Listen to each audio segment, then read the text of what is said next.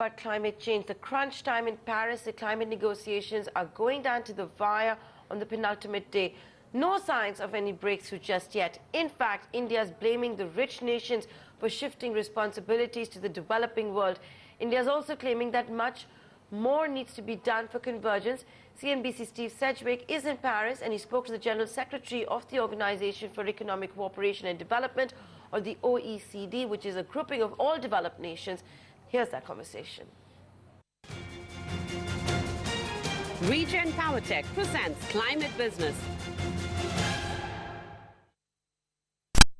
There's a lot of progress. I think there's been a lot of cleansing. Now we're really down to the nitty-gritty, which is going to be the defining of the ambition, the resetting mechanism, over the time, the measuring, the verification, the reporting system, and obviously the finance. It's going to be very critical. So these issues are coming back, and they are the ones that were not only a lot of square brackets, but they are the really seriously both contentious and meaningful issues.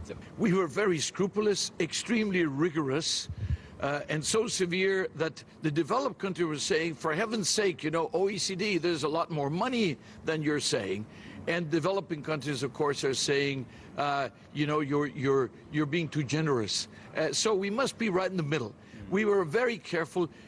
We put our conclusion, 62 billion so far that we have identified, and we still have 5 years to go. So good shot at the 100 billion at the end of the period 2020. However, the question is very, fairly straightforward.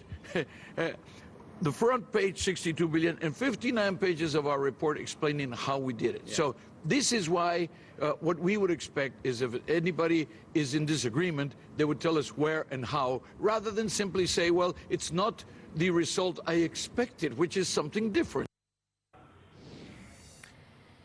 Right, so that's what the OECD had to tell CNBC as far as that goes.